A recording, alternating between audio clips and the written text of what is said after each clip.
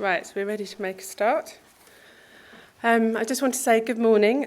My name is Liz Smith and I'm Director of Participation and Learning here at the Gallery. Welcome. So particularly well done for getting here on a Monday morning to join the Picture the Poet conference. There's lots of familiar faces, which is great to see. Just a little bit about the event I thought would be interesting by way of context. The event has been commissioned by the National Portrait Gallery, working with Engage at the end of what's been an incredibly, I think, exciting, if not tiring, but really kind of wonderful project journey over the last 3 years. The intention of today is to kind of look at the experiences that we've had along the way. And in your programme, you'll see that there's quite a lot of contribution. So we're going to be really kind of working hard to keep on time. So it's a packed programme, hopefully lots of points of interest and connection with your own practice and lots that you can bring to the discussions. But before we kind of move into some of the more usual housekeeping, I just wanted to pass to Jane Sillis, who's Director of Engage, to say a little bit more about why we think this event is pertinent and timely. Thank you, Liz, and good morning, everybody. I really just wanted to say a few things about Engage's involvement in today's event. It feels very timely to be having this discussion today. I'm sure, as you all know, art and design is really under pressure within formal education, and there's a huge focus around literacy. So it's brilliant to be discussing a project which has really looked at how creative writing and the performing word can be used in conjunction with visual literacy and with artworks. It's been great working with colleagues who've been involved in the Picture the Poet project, particularly the National Portrait Gallery, the National Literacy Trust and Apples and Snakes, to really develop the themes that we're going to be focusing on today. And Liz, but also her colleague at the gallery, Laura Down, spent some time talking to Engage Council, who represent Engage members and so colleagues working in the visual arts education sector, about the best way to explore some of the learning from this amazing project. And so the two themes which sort of underpin, I think, today are really how sustainable partnerships can be built and what kind of legacies arrive from those, but also, really, as I was saying earlier, how creative writing can really grow out of that sort of visual stimulus from contact with the visual arts. It's great that the event is being recorded. It means that what happens today can be shared much more widely, and we think that's really important. And as Engage, we're really excited because we think we're going to learn lots from the experience of being involved in this conference and in Picture the Poet. And that will inform a creative writing programme. We won the Max Reinhardt Literacy Award, which will be running for the second time and announcing this summer. So I just wanted to say a big thank you to everyone who's been involved in today's conference, all the Picture the Poet partners, and particularly to Penny Jones, who's helped coordinate today. So I think we'll move on to the morning session. So I'd like to invite Jonathan Douglas, who's I think I got this right, Director of the National Literacy Trust, and he's going to open the morning session for us. Jonathan, thank you. Good morning, everybody. It's fantastic to be here because this work is so very, very important, and because also today is a historic moment. Believe it or not, you're seeing reassembled for the first time in the same place for 18 years, the dream team of 1998. Liz Smith, myself and Ian Macmillan worked on a programme at the London Transport Museum in 1990. It was a fantastic programme, bringing poetry to the internet. In those days, the internet was a new idea. A year before I had qualified as a librarian, and as part of my qualification, I had to demonstrate the internet using paper cups and string. So it was a new and cutting-edge thing, and here we are, still looking as youthful as ever, and still banging on about the same old stuff. So it's fantastic to be here, absolutely fantastic to be here. The National Literacy Trust, a charity working with a focus on the relationship between poverty and literacy. We know that in the United Kingdom, poverty is more strongly related to literacy than in any other developed country, and we want to do something about that. What I want to do is basically give you three things which I think sit behind our involvement in this project and which I hope you'll be able to bear in mind for the rest of the day. The first thing is this. Literacy isn't just about minds, it's about hearts as well. Now, in 1998, when we did that fantastic project at the London Transport Museum, we were a bit of a resistance movement. Those of you who were in schools at the time will remember it was the time of the National Literacy Strategy. And there was a big push in schools to raise literacy levels in the most extraordinarily focused way. And it worked. But that same group of kids who, over that 7-year period between 1998 and 2005, that cohort of kids who got better and better literacy levels, actually, what we observed through other pieces of research was that they stopped enjoying reading. Now, that in itself is a shame, but actually its results are crippling because that cohort of kids have now left secondary school, and recent research has shown that actually their literacy levels, even though they were doing better at the primary stage, by the time they left secondary school, were a lot weaker. And that's because at that point, the hearts and minds things had become pulled apart. And really, what sits behind this project is an ability and a desire to put together the fact that if you're going to learn to read, if you're going to learn to write, if you're going to actually engage in poetry as a fundamental expression of your thoughts and of your beliefs, then actually you need to enjoy it as well as to be able. So the first thing is hearts and minds. The second thing, which is very, very important, is granularity. We've recently been thinking about where we need to put our efforts at the National Literacy Trust. If you look at a map, a heat-seeking map of literacy of the levels in the United Kingdom, it gets very, very, very granular. And it's always been like that. In fact, even in 1998, when I was a librarian, I had two libraries, one on one side of the Marylebone Road, which was the most affluent library in Westminster, in fact, the most affluent borough in the central London, with the highest levels of literacy. Then you cross the road and you hit the Church Street estate, which is where my second library was. And on the Church Street estate, we had the lowest levels of literacy in central London. And actually, life expectancy shifted by 12 years when you cross the road. And that granularity, that fact that actually different communities have got different levels of literacy, is really, really significant. And one of the key things we want to do is get out to those communities and make sure that actually we're not just working in those marvellous creative centres like this place, but actually we're spreading the word and the work out nationally. The third thing that I think is important in terms of sitting behind today is some research which is perhaps the least known research, but is the most startling research around literacy in the UK. And this piece of research has been recurring in our research. The National Literacy Trust does a big piece of research each year with 35,000 young people. It's been recurring every year in our research for the past decade, but it's appeared in lots of other pieces of research as well. And that is this.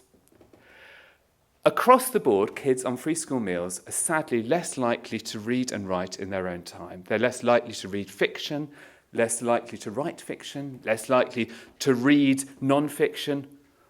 But there is one format where that tendency is reversed, and that is poetry. Kids from poorer backgrounds are more likely to read and write poetry in their own time than kids from more affluent backgrounds. So tomorrow we're publishing some new research. Nationally, the figures this year are that 23% of children on free school meals read poetry in their own time, as opposed to only 15% of kids not on free school meals. And 20% of kids on free school meals write poetry in their own time, as opposed to only 13% of kids not on free school meals. So poorer kids get more into poetry and actually lock into it. Now, that, for those of us who have worked on the front line in schools and libraries, that feels true, but is somehow also a bit counterintuitive. But it's a truth also which has sat behind a lot of our work in prisons, where we've taken poets and that kind of thing as well. So those three things, the fact that actually, first of all, hearts and minds need to be engaged in terms of literacy. Secondly, that actually that kind of granular pattern of literacy levels across the country. And thirdly, the fact that poetry is innately attractive and exciting to the very kids we most want to work with. Those three things meant that it was virtually impossible not to do this project. So taking a touring exhibition, working with the National Portrait Gallery on a programme which actually thrilled young people in those communities with poetry, we knew was too good. So those three concepts, the three things I hope that sits at the back of your mind. Now, I've exhausted my 5 minutes. A card's being waved at me. So I will hand over to the third member of the dream team of 98, Ian Macmillan. All of you will know him from Radio 1, Radio 2, Radio 3, Radio 4, Radio 5. In fact, they've run out of radio stations for Ian. He is a poetry phenomenon. He has taken poetry to the very places which we're most passionate about, whether it's Barnsley Football Club, whether it's Northern Spirit Trains, whether it's Humberside Police. He's been there with poetry. He's a champion for the word and the verb. Welcome, Ian Macmillan.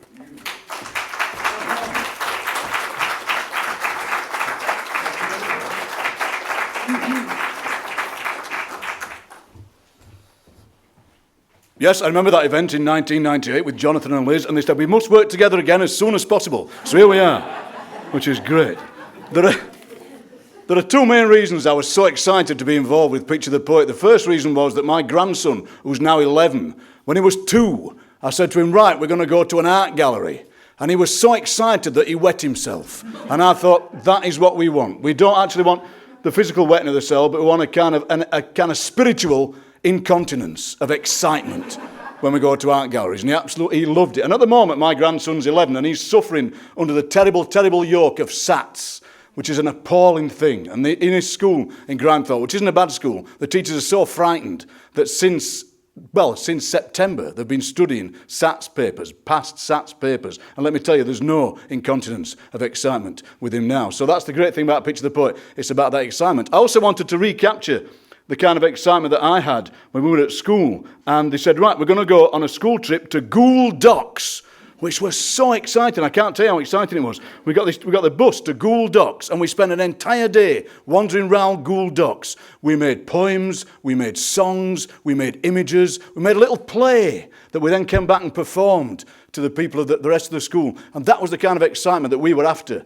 with Picture the Poet. So for me, the project was about glee and delight and happiness. And also it was about trying to capture, I remember years ago doing an event at Rotherham Library. And what always happens, as you know, when you do this kind of event, there'll be two different kinds of schools that come. There'll be the ones that come ridiculously early and the ones that come ridiculously late.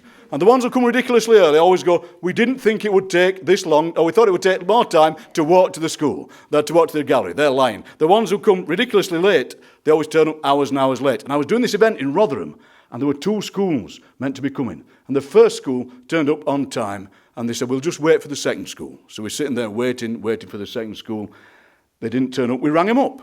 They said, oh, they've set off, they won't be long. So we sat and waited. We waited. We waited for ages. We then rang them up again. They said, we turned up at the library, Ian Macmillan hasn't come, we've gone back to the school. What had happened was, they turned up at a library that had shut down 5 years before and was now a carpet warehouse, and they stood outside this library, looked at rolls of carpet and thought, well, but to me, what they should have done, if they had any imagination, was to stand outside that carpet warehouse and make poems about the carpet warehouse and do things about the carpet warehouse. We know what an interesting and exciting visual thing a carpet warehouse is, and they should have come back and made poems about the carpet warehouse, which they didn't. They didn't have enough gumption. So what was exciting for me about Picture the Poet was just to get a sense of excitement. I wanted this kind of incontinence of excitement. I wanted people, again, not to wet themselves, but to sort of wet themselves in actually probably yes to wet themselves, but to wet themselves in an excitable way. So we did lots of different venues. The young people would come in. Some of them were familiar with their museum or art gallery, some weren't. It was always a sense of wonder. They walked in, they saw these pictures of poets. Most of them, as you can see, they're taken at least 20 years ago, and they look much, much different now. Kate Tempest looks about the same. The rest of them, Sean O'Brien, that looks like a young Sean O'Brien. The picture of me is a picture of me looking quite quizzical, but I'm actually also looking frightened to death because the photographer had climbed up a tree to take me photograph, and I knew and he didn't that the tree branch was quite fragile. So I knew that it was about, and he didn't actually fall off, but he was about to. And so what we did was, my experience of Picture the Poet was to get these young people in and we just made something up. I don't like it when people have a plan. Plans always go wrong, I find. If you have a plan, you go, well, I finished the plan and it's only 10 to. Or, I'm only halfway through the plan and it's only 20 to. You know, so I think we should rely as writers, as teachers, as people who work in museums and galleries on the fact that we've been around for a while and that we can play with these rooms. At Preston, the Harris Gallery Preston, the fantastic, wonderful, wonderful gallery. We went in, and there was actually a loose thing on the wall. There was a loose thing. We made up this fantastic thing about the loose thing on the wall. The loose thing on the wall. The kids got so excited about the loose thing on the wall. I've never seen kids so excited about a look, but we related it to the pictures. We went round with all the pictures. I did a very simple thing. I said, look at these pictures. Let's imagine what's about to happen. Something's about to happen. I told them about my picture where the fellow was about to fall out the tree. I said, look, something's about to happen. So with Sean O'Brien, they imagined that maybe the bookshelves were going to crowd in and crush him. With Kate Tempest, Kate looked so sad. They're all thinking Kate looked sad. Somebody thought she'd had something stolen. We wondered why Paul Farley was sitting in that cafe looking like an Edward Hopper print. Why is he looking so sad? Well, then we always imagined something happening beyond that. So they recreated the image for us. We weren't just presented with an image and they had to respond to it. They recreated the image for us. They finished off the image for us. And then they all performed something for us at the end. So somehow then we related the image to this thing, the loose thing on the wall, the strange thing on the wall. And it made the room that they'd gone into, there was a room in a gallery, so it's bound to be magical anyway. It made it even more magical because by being there, they'd made it more magical. They'd written things down, they'd recreated it. And then we performed them to each other. And I always like to, when we perform stuff with children, I never like it when they whoop and cheer. I always like them to do the children's equivalent of the that we always get in a poem. So I got them all to go which kind of seemed to help. So we're going to recreate that today. We're not going to find things on the wall, but at my last session this afternoon, we're all going to make up an interactive epic about the day using my favourite implement, the flip chart, because I don't like PowerPoint because it either breaks down or you have to watch it upside down, as happened to me at a conference the other day. But I think with a flip chart, you just stand there, and so we're going to make something up with the flip chart. We're going to make up an interactive epic about Picture the Poet. Yes, I can see that's excited you, and that's what we're going to do. We're going to make up an interactive epic about Picture the Poet. So as the day is going on, have a look round, think about things. This is an interesting room in that kind of way. We're going to make something about this amazing room and about the Picture the Poet and about the fact that we're here. And then save your letters of invitation, because in years to come, people will pretend they were here who weren't. They'll say, we were here that day. They made up the interactive thing about Picture the Poet, and we certainly will be. I'm going to finish 23 seconds earlier because I'm a professional.